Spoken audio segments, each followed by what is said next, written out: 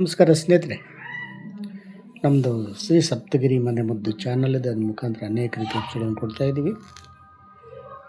ಸ್ನೇಹಿತರೆ, ಪ್ರಕೃತಿಯಲ್ಲಿ ಸಿಕ್ಕುವಂತಹ ನಾನಾ ರೀತಿಯ ಗಿಡಮೂಲಿಕೆಗಳಿಂದ ನಮಗೆ ಬರುವಂತಹ ಕಾಯಿಲೆಗಳನ್ನು ತೊಲಗಿಸ್ಬೋದು. ಇನ್ನೊಂದು, ನಾವು ಗೊತ್ತಿದ್ದು ತಪ್ಪು ಮಾಡ್ತಾಯಿದ್ದೀವಿ. ವಿರುದ್ಧ ಆಹಾರಗಳನ್ನು ಸೇವನೆ ಮಾಡೋದು. ಈ ಮೊಸರನ್ನು ನಾನ್ ವೆಜ್ಜಿಗೆ ಹಾಕ್ತಾರೆ, ಅಂದರೆ ಟೇಸ್ಟ್ ಬರಲಿ ಅಂತ. ಅದು ವಿಷಕಾರಿ ಆಗುತ್ತೆ. ಬಿಸಿ ಬಿಸಿ ಪಲಾವು, ಬಿಸಿ ಬಿಸಿ ಆಹಾರಕ್ಕೆ ಮೊಸರು ಹಾಕ್ತಾರೆ. ಅದು ವಿರುದ್ಧ ಆಹಾರ.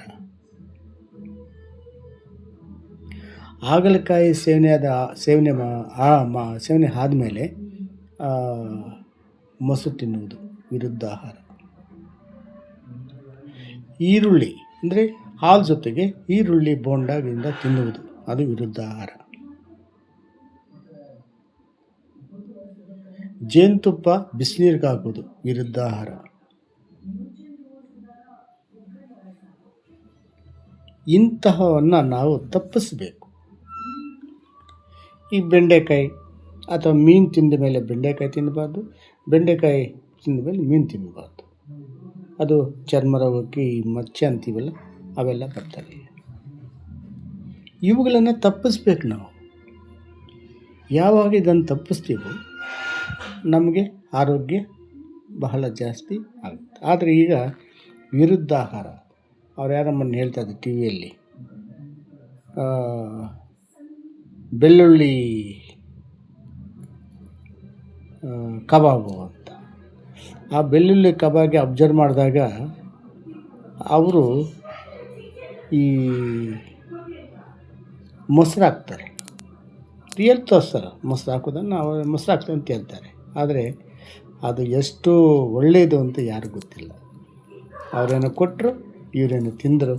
ಆದರೆ ಅದರಲ್ಲಿರುವಂತಹ ಅಂಶ ಸೇವನೆ ಮಾಡಿ ವಿಷಕಾರಿಯಾಗಿ ಅವರು ನಾನಾ ರೀತಿಯ ಕಾಯಿಲೆಗಳನ್ನು ತರಿಸ್ಕೊಳ್ತಾರೆ.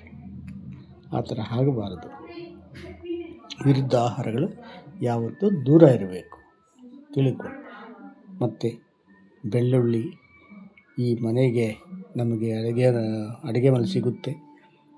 ಈ ಒಂದು ಬೆಳ್ಳುಳ್ಳಿಯಿಂದ ನಾವು ನಾನಾ ರೀತಿಯ ಕಾಯಿಲೆಗೆ, ನಾನಾ ರೀತಿಯ ನೋವುಗಳಿಗೆ ಇದು ಪೇನ್ ಕಿಲ್ಲರ್ ಸಹ. ಇದು ಒಂದು ಪ್ರತಿನಿತ್ಯ ಜಾಸ್ತಿ ತಿನ್ನಿ ಅಂತ ಹೇಳಲ್ಲ. ಒಂದು ಬೆಳ್ಳುಳ್ಳಿನ ಅಥವಾ 2 ಬೆಳ್ಳುಳ್ಳಿ, ಒಂದು ಸಾಕು. ಸ್ವಲ್ಪ ಬೆಲ್ಲ ಹಾಕ್ಕೊಂಡು ಸೇವನೆ ಮಾಡ್ತಾ ಬಂದರೆ ಇದರಲ್ಲಿರುವ ಅಂಶ ಅಷ್ಟಿಷ್ಟಲ್ಲ. ಇದು ರೋಗ ನಿರೋಧಕ ಶಕ್ತಿಯನ್ನು ಇಂಪ್ರೂವ್ ಮಾಡ್ತದೆ. ನಮಗೆ ಯಾವ ಜೀರ್ಣಕ್ರಿಯೆ ಆಗಲಿ, ಯಾವ ಕಾಯಿಲೆಗಳಲ್ಲಿ ತರಿಸಲ್ಲ ಇದು ಬೆಳ್ಳುಳ್ಳಿ. ಇಷ್ಟು ಅಂಶವುಳ್ಳ ಈ ಬೆಳ್ಳುಳ್ಳಿ ನಮಗೆ ಪ್ರತಿಯೊಂದಕ್ಕೂ ದಿವ್ಯ ಔಷಧ ಆಗುತ್ತೆ. ಸ್ನೇಹಿತರೆ, ಇದನ್ನು ನೋಡಿ ಲೈಕ್ ಮಾಡಿ, ಶೇರ್ ಮಾಡಿ, ಸಬ್ಸ್ಕ್ರೈಬ್ ಮಾಡಿ. ನಮಸ್ಕಾರ ಸ್ನೇಹಿತರೆ.